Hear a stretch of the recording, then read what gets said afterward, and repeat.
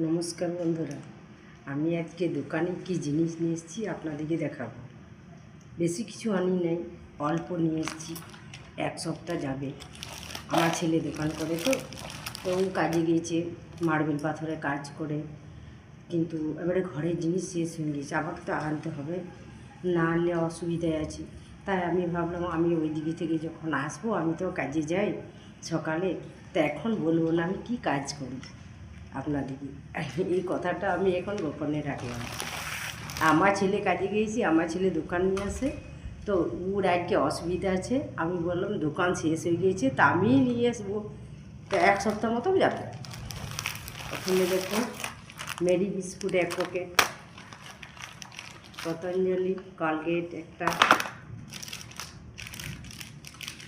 গরম মশলা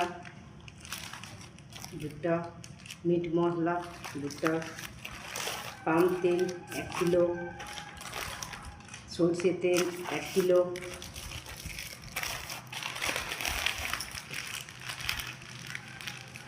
সাপ গুঁড়ি 1 প্যাকেট, চিনি 1 কিলো,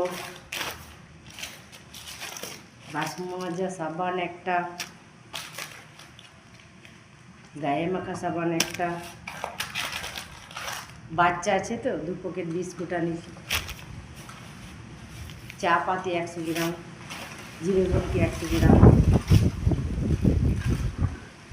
আর রিন সাবান একটা।